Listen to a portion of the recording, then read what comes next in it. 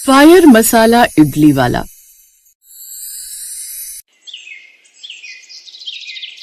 गर्मा गर्म इडली सांभर और नारियल चटनी के साथ, आइए आइए। तभी प्रिया अपनी सहेलियों के साथ वहाँ आती है। यार, इस इडली वाले की इडली में कुछ तो जादू है, हर रोज मन करता है खाने का। हाँ यार, और देखो कितना साफ सुथरा रखता है अपना ठेला। 2 मसाला इडली देना। अभी देता हूँ मैडम। मोहन जल्दी से 2 मसाला इडली प्लेट में लगा कर देता है। प्रिया पैसे देती है और मोहन बिना पैसे देखे पैसे लेकर रख लेता है। आज इडली में मसाला थोड़ा कम था, अगली बार ध्यान रखना। जी जरूर मैडम। ऐसे ही कुछ दिन बीत जाते हैं। एक रोज दोपहर के समय मोहन अपने ठेले के पास खड़ा था। कुछ ग्राहक इडली खा रहे थे। तभी प्रिया कॉलेज से निकल कर आती है। अरे, आप यहाँ भी? जी मैडम, यहाँ भी ठेला लगा लेता हूँ कभी कभी, कॉलेज के बच्चे पसंद करते हैं। अरे वाह, ये तो बहुत अच्छा किया। मेरा मतलब वो क्या है ना कि सुबह से इडली की याद आ रही थी। एक फायर मसाला इडली देना। अभी देता हूँ मैडम। प्रिया इडली खाती है, साथ ही चोर निगाहों से मोहन को भी देखती रहती है। फिर धीरे से पूछती है, आपका नाम क्या है? जी मोहन। मोहन, अच्छा नाम है, और आप इडली बहुत अच्छी बनाते हो। शुक्रिया मैडम। मैडम नहीं, प्रिया। जी प्रिया मैडम। सिर्फ प्रिया। चलो मैं चलती हूँ, कल फिर मिलूंगी। जी जरूर। ऐसे दिन बीतने लगे और अब प्रिया हर दिन मोहन के ठेले पर इडली खाने आने लगी। अब उनकी बातें बढ़ती चली गई, साथ ही हंसी मजाक होता। मोहन अब प्रिया को देखते ही समझ जाता है कि उसे फायर मसाला इडली ही चाहिए। प्रिया भी मोहन के काम में हाथ बटाने लगती है। उसके जैसी फायर मसाला इडली और कोई नहीं बना पाता था। वो अपनी इडली में काफी अपने हाथ के कटे हुए तेज मसाले और मिर्च डालता था, जो कि सबको बड़ी पसंद आती थी। एक दिन प्रिया मोहन से, मोहन, तुम कभी छुट्टी नहीं लेते? नहीं प्रिया जी, इडली बनाने में ही मेरा मन लगता है, और फिर आपकी राह देखने में भी। ओहो, बड़ी शायर बन रहे हो आजकल। अच्छा, एक बात पूछूं, तुम मुझसे प्यार करते हो? मोहन एकदम चुप हो जाता है, उसकी आंखों में चमक आ जाती है। प्रिया जी, मैं एक छोटा सा इडली वाला हूँ, और आप कॉलेज जाती हैं, हम दोनों का मेल। प्यार में कोई छोटा बड़ा नहीं होता मोहन। क्या तुम मुझसे प्यार करते हो? हाँ प्रिया जी, बहुत प्यार करता हूँ। तो फिर बस यही सुनना चाहती थी। अब दोनों एक दूसरे की और करीब आ गए। प्रिया ने अब सोशल मीडिया पर भी उसका फायर मसाला इडली वाले के नाम से पेज बना दिया और उसका प्रमोशन करती, जिससे जिन लोगों को उसके बारे में नहीं पता था अब वो भी वहां आने लगे, और वक्त मिलने पर अब दोनों छुप छुप कर मिलने भी लगे। एक दिन प्रिया और मोहन पार्क में बैठे बातें कर रहे होते हैं। तभी रामदीन शर्मा जी, जो कि प्रिया के पिता होते हैं, वहां से गुजरते हैं और उन्हें देख लेते हैं। प्रिया, ये क्या बदतमीजी है? तुम इस लड़के के साथ क्या कर रही हो? पिताजी, ये मोहन है और हम दोस्त हैं। दोस्त? ये तो शायद वही फायर इडली ढेले वाला है ना? तुझे यही नालायक मिला था। अंकल जी, मेरी बात सुनिए। चुप रहो तुम। प्रिया, घर चलो अभी के अभी, और आज के बाद मुझे इस लड़के के पास कभी मत दिखना। शर्मा जी प्रिया को खींच कर ले जाते हैं। मोहन उदास होकर देखता रह जाता है। शर्मा जी घर आकर प्रिया को खूब डांटते हैं। प्रिया रोती रहती है। तुम्हें पता है वो लड़का कौन है? एक मामूली इडली वाला। हमारी समाज में क्या इज्जत रह जाएगी? हाँ पिताजी, आप मोहन को नहीं जानते, वो बहुत अच्छा लड़का है, मेहनती है। बस बहुत हो गया, अब से तुम उससे नहीं मिलोगी। अगले दिन से प्रिया कॉलेज नहीं जाती और अब वो मोहन से मिल भी नहीं पाती, जिससे अब वो थोड़ी बीमार रहने लगी। उधर मोहन का भी मन प्रिया के बिना नहीं लगता। अब रामदीन से भी अपनी बेटी का ऐसा हाल देखा नहीं जाता है। ऐसे ही कुछ दिन बीत जाते हैं। फिर एक रोज, ये देखो, मोहन नाम के इडली वाले ने गरीब बच्चे की जान बचाई। आग लग गई थी उसके घर में। कौन मोहन? हमारा मोहन? हाँ वही, अखबार में फोटो भी छपी है, लोग उसकी बहुत तारीफ कर रहे हैं। शर्मा जी के मन में मोहन के प्रति थोड़ी नरमी थी।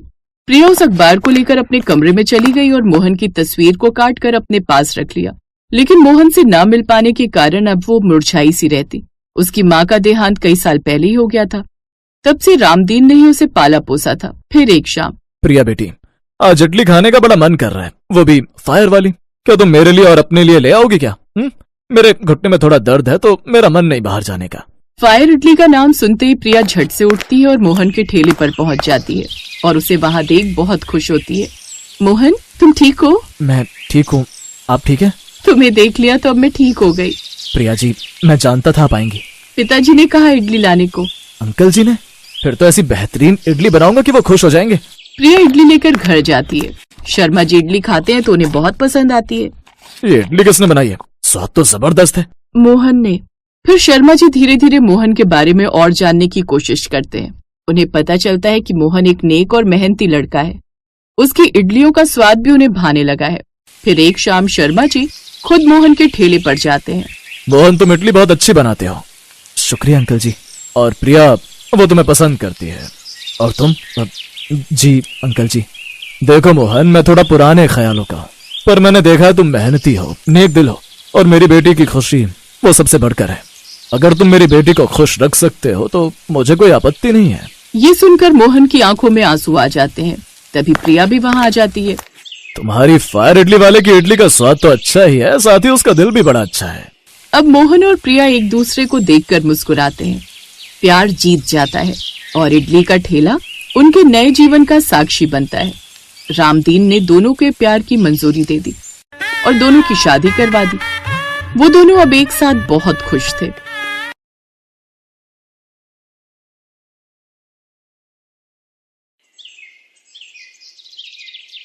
अजय नाम का एक फूड ब्लॉगर किसी गांव में एक फायर ग्रेवी मोमोज वाले के पास पहुंच गया। अरे भैया, पूरे गांव में आग लगा दोगे क्या? ये क्या बना रहे हो?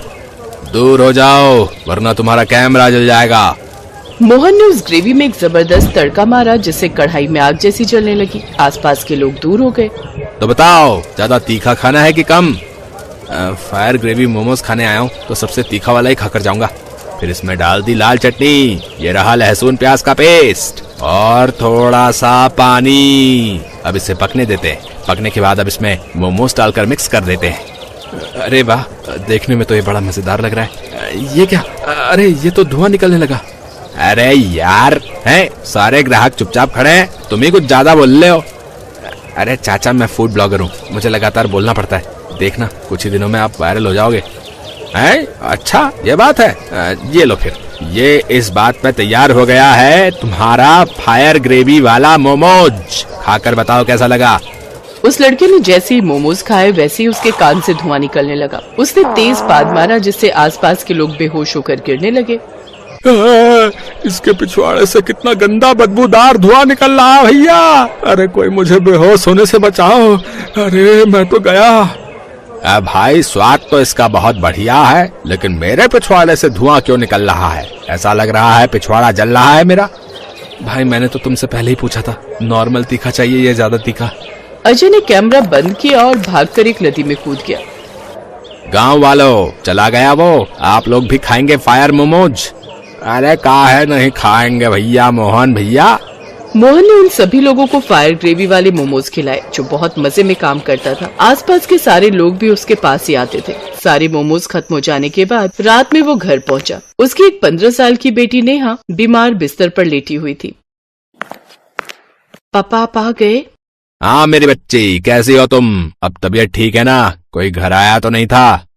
नहीं पापा, अब बाहर से ताला लगाकर चाहते हो तो भला कौन आएगा। अब मैं ठीक हूँ, लेकिन अकेले मुझे अच्छा नहीं लगता।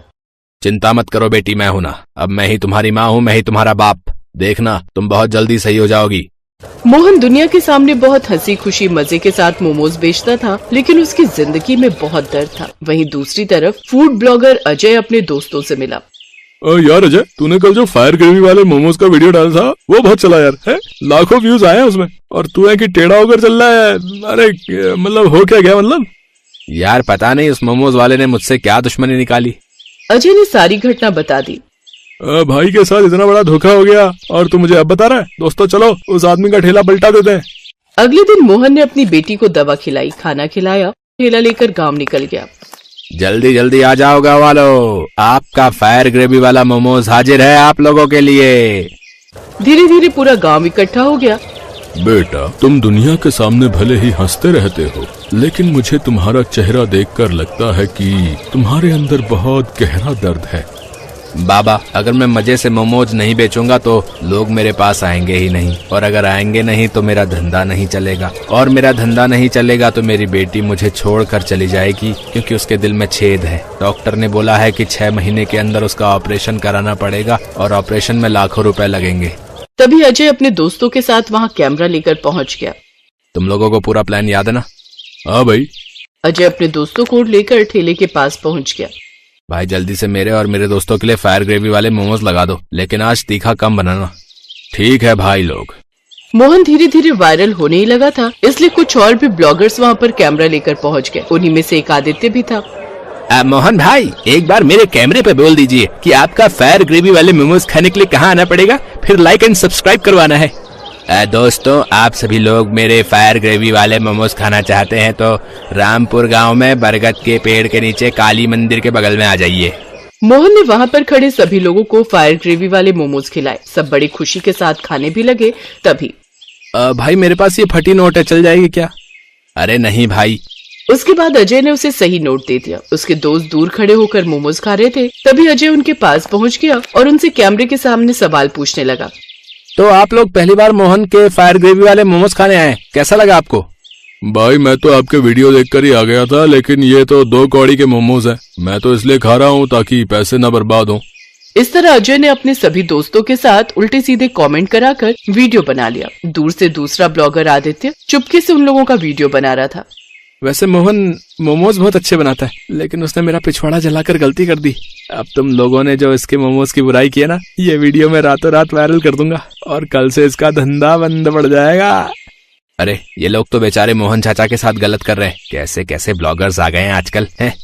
उसी रात अजय ने सारे वीडियोस अपलोड कर दिए। उसमें से एक वीडियो कुछ ऐसा था। दोस्तों, आप देख सकते हैं, मैंने इस मोमोज वाले को बिल्कुल नया नोट दिया, जबकि इसने बदले में मुझे फटा हुआ नोट दे दिया। जब मैंने इससे सही नोट मांगा तो ये मुझे गाली देने लगा, इसीलिए मुझे कैमरा बंद करना पड़ा।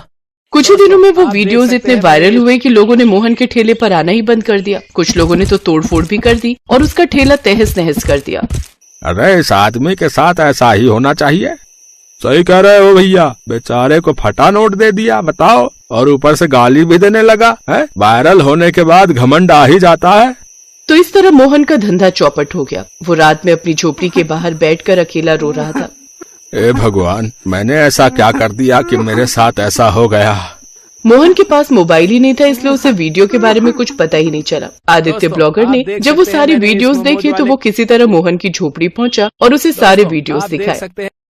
तो इस वजह से लोगों ने मेरा ठेला तोड़ दिया। चाचा लोग अपने फॉलोअर्स होने का ना गलत फायदा उठा लेते हैं। चिंता मत करो, मेरे पास सबूत है। आज रात ही मैं अपनी आईडी से ये वीडियोस डालता हूँ। उसी रात आदित्य ब्लॉगर ने सबूत वाला वीडियो अपलोड कर दिया। रात भर में करोड़ों व्यूज आ गए। अगली सुबह, अरे अरे, ये क्या हो गया यार, मेरा तो चैनल ही उड़ गया। ए भगवान, मेरे तो लाखों सब्सक्राइबर चले गए, अब मैं क्या करूंगा? वहीं दूसरी तरफ आदित्य मोहन की झोपड़ी पहुंचा। चाचा, ये देखो, जो मेरे पास सबूत था वो मैंने कल रात अपलोड किया था। इसमें करोड़ों व्यूज आ चुके हैं। मैंने इसी वीडियो से लाखों रुपए कमा लिए, जिसमें से मैं 10 लाख आपको देने आया हूँ। बेटा, तुमने मेरी छवि सुधार दी, इसके लिए मुझे तुम्हें धन्यवाद अदा करना चाहिए, और उल्टा तुम ही मुझे पैसे दे रहे हो। चाचा, मेरा चैनल चल नहीं पा रहा था, आपकी वजह से अचानक लाखों सब्सक्राइबर्स आ गए। उसका छोटा सा हिस्सा तो आपका बनता ही है। बेटा, भगवान तुम्हें खूब तरक्की दे। तुम जानते नहीं कि तुमने मेरी कितनी मदद की है। अगले ही दिन उसने अपनी बेटी को ऑपरेशन कराया और वो कुछ ही दिनों में पूरी तरह स्वस्थ हो गई। बाकी बचे पैसों से उसने एक छोटा सा रेस्टोरेंट खोल लिया, जहां विदेशी लोग भी आने लगे। वो अब इतना वायरल हो गया कि मार्केटिंग एजेंसीज उसे लाखों के ऐड देने लगी। कुछ ही दिनों में मोहन करोड़पति बन गया। दोस्तों, आजकल बहुत सारे फूड ब्लॉगर्स अपनी पर्सनल खुन्नस निकालने के लिए लोगों की छवि खराब कर देते हैं। कृपया ऐसा ना करें।